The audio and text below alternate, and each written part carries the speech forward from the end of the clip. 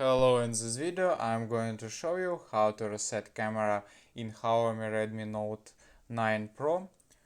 First you need to open your camera app, then go to the three lines on the top right corner here and choose the setting icon here.